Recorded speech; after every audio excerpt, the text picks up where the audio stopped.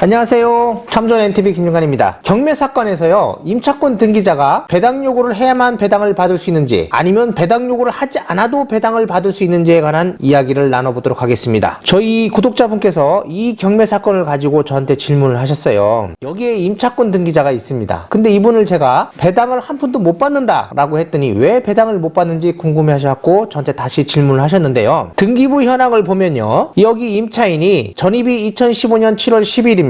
확정일은 2015년 5월 28일이에요. 그렇다면 이분의 대항력은 2015년 7월 11일 0시부터 대항력이 발생하고요. 이날 확정일자가 미리 받았기 때문에 2015년 7월 11일 날짜로부터 우선 변제적인 효력도 가지고 있어요. 그리고 배당 요구를 했습니다. 그런데도 불구하고 이분은 배당을 못 받아요. 왜 그럴까요? 배당 요구 종기일인 이날 2019년 9월 2일보다도 늦게 배당 요구를 신청했기 때문에 못 받는 거고요. 임차권 등기자는 당연히 배당 받을 수 있다라는 내용이 적혀 있답니다. 법 판례에 보면. 그런데도 불구하고 못 받는 이유는 경매 개시 결정 등기인 이날보다도 우선적으로 임차권 등기가 됐다면 배당을 받아갈 수가 있어요. 그렇지만은 경매 개시 결정 등기보다도 후에 임차권 등기를 했기 때문에 이분은 배당에 참여할 수가 없는 겁니다. 요 내용을 제가 정리해 놓은 게 있는데요. 반드시 배당 요구를 해야만 배당받을 수 있는 배당권자들이 누구냐 하면요, 경매 개시 결정 기입 등기 이후에 등기되는 저당권이라든지 가압류 채권자라든지요, 그리고 임차권 등기자들은 배당 요구를 해야만 배당에 참여할 수가 있습니다. 그리고 우선 변제권이 있는 채권자들이라든지 판결문을 가진 채권자들, 그리고 선순위 전세권자, 담보가등기권자들, 이런 분들은 반드시 배당 요구를 해야만 배당받을 수 있는 권리자들입니다. 나중에 선순위 전세권자하고 담보가등기권자에 관한 이야기는 다시 한번 할 거예요. 왜냐면 이건 또 더 깊이 들어가야 됩니다. 나중에 할 거고요. 그러면 배당 요구를 하지 않아도 배당되는 배당권자가 누구냐면, 이렇게 경매로 소멸하는 저당권, 담보가등기, 전세권, 등기된 임차권 등기명령자로서 경매 개시 결정 등기 당시에 등기된 자, 경매가 개시되기 전에요 등기된 사람들, 저당권, 담보가등기, 전세권 이런 분들, 임차권 등기자들은 배당 요구를 하지 않아도 당연히 배당이 됩니다. 여기서 보면 이 임차권 등기자는 어떻게 돼요? 경매 개시 결정 등기 당시에 임차권 등기가 돼 있어야 된다는 소리예요.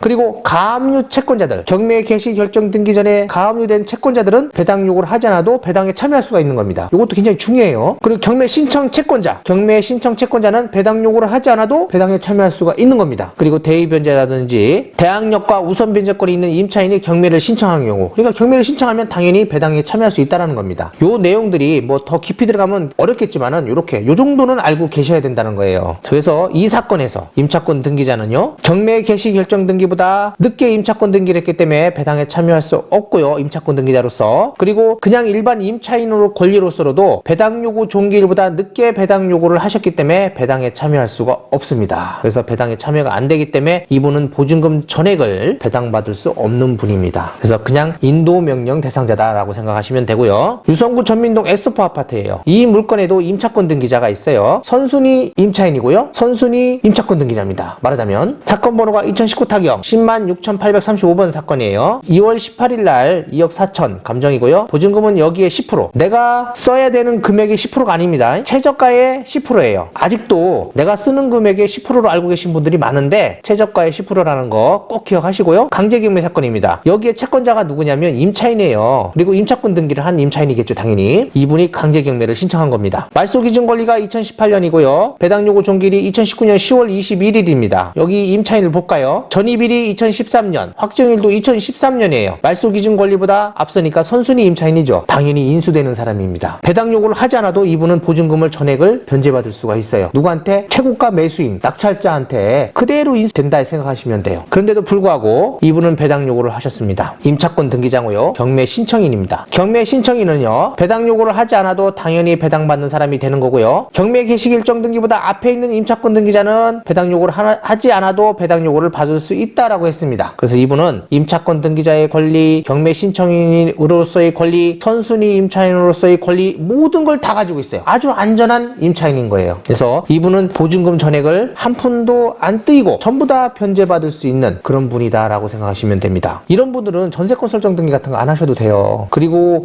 보증보험 가입 이런 거 안 하셔도 됩니다. 보증보험 가입을 하면 먼저 이렇게 돈을 안 빼줄 때 먼저 빼가고 나갈 수 있는 그런 이점은 있어요. 그렇지만 자기 보증금 그거 가입을 안 한다 하더라도 자기 보증금에 대해서는 전액 이렇게 변제받을 수 있다라는 거 알고 계셔야 할 것 같고요. 자, 임차인 현황을 보시면 이분 제가 선수 선순위 임차인으로서 배당 요구를 안 했을 경우는 전부 인수하셔야 되고요. 배당 요구를 했으면 이분은 요 확정일자, 지금 전입이 4월 22일이죠? 4월 23일 날 0시 기준으로 이분은 그 효력을 발휘해가지고 그 날짜로 해가지고 배당을 받을 수 있습니다. 그래서 임차권 등기가 먼저 돼 있어요. 2017년 6월 27일. 아무것도 없을 때 임차권 등기를 했네요. 이분이 돈을 못 빼주다 보니까. 이분은 선순위 임차권자로서의 권리, 선순위 임차인으로서의 권리, 모든 걸 다 갖고 있습니다. 강제 경매 사건보다도 앞에 있기 때문에 이 임차권자는 배당 요구를 하지 않아도 당연히 배당을 받습니다. 그리고 여기서의 말소 기준은 가압류예요. 말소 기준 권리가 뭐뭐 있다고 그랬어요. 근저당, 저당, 가압류, 압류, 담보가 등기, 그리고 경매 개시 결정 등기. 가끔 선순위 전세권자가 말소 기준이 될 수도 있습니다. 여기서 보면 가압류가 말소 기준 권리입니다. 그래서 이분은 말소 기준 권리보다 앞서니까 인수, 임차권도 인수. 이분이 1억 6천에 대해서 다 배당을 못 받을 경우에는 무조건 물어줘야 된다라고 생각하시면 돼요. 아주 좋은 물건입니다. 왜? 이분은 다 받아갈 거니까. 모든 권리에 다 들어가잖아요. 어떻게 해든 이분은 받아갑니다. 배당 요구를 했기 때문에. 잘 확인하시면 될 것 같고, 매각 물건 명세서에 보시면 이분은 대항력 행사가 가능하다, 보증금이 전액 변제되지 아니하면 잔액을 매수인이 인수한다 라고 되어 있습니다. 아주 친절하게 잘 표현해놨어요. 현재 시세를 보면 1단지에 요 층, 현재 여기 나와 있는 층 비슷한 층에 보면 2억 7천이 나와 있습니다. 리모델링 된 걸로 2억 7천이에요. 완전 리모델링 된 거는 한 3억 정도 나오고 있고요. 저층이 2억 5천 5백 정도에 나오고 있습니다. 그러면 시세가 한 2억 6천 정도로 보면 될 것 같아요. 근데 감정가가 2억 4천이에요. 이번에 낙찰되겠죠? 낙찰될 걸로 보고요. 뭐 수리만 하고 한다면 3억 정도의 물건 내놓고 2억 8천 9천대에 매매가 가능할 것으로 보입니다. 현재 구조예요. 평면도 구조고요. 여기 시세가요. 지금 여기 보면 2억 5천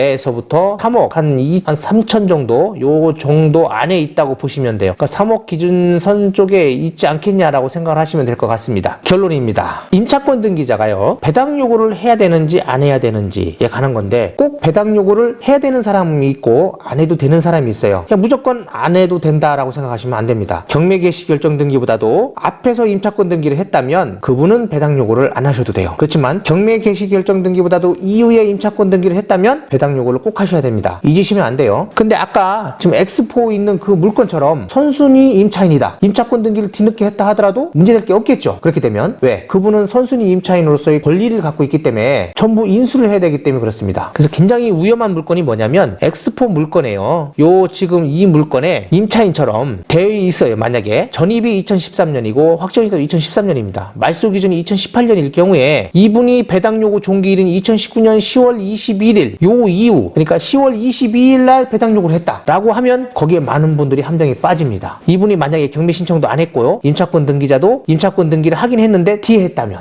경매 개시 결정 등기보다 뒤에 했다고 생각을 하는 겁니다. 그럴 때 배당 요구를 늦게 하면 낙찰자들이 이분 다 물어줘야 돼요. 다시 한번 말씀드리면, 이분이 선순위 임차인일 경우에 배당 요구일인 이날보다도 하루라도 늦게 배당 요구를 했다든지, 이분이 배당 요구를 해놓고 배당 요구 종기일 전에 배당 요구를 철회했을 경우라든지, 그리고 임차권 등기를 했는데도 불구하고 임차권 등기가 경매 개시 결정 등기 이후에 있을 경우, 경매 신청을 안 했다고 보고 있을 경우에는 이분은 굉장히 위험한 사람입니다. 매수인이 전부 안아야 돼, 떠안아야 되는 상황입니다. 배당 요구 종기일보다 늦게 하면 이분 배당 요구 안 한 걸로 되고요. 임차권 등기가 경매 개시 결정 등기보다도 이후에 있다면 꼭 배당 요구를 해야 되는데 배당 요구를 뒤늦게 했다면 당연히 낙찰자가 물어줘야 되는 상황입니다. 전액을 다 물어줘야 되는 거예요. 그런 경매 사건이 있을 때 함정에 빠질 수 있기 때문에 여러분들 이런 거 잘 파악하셔야 됩니다. 네.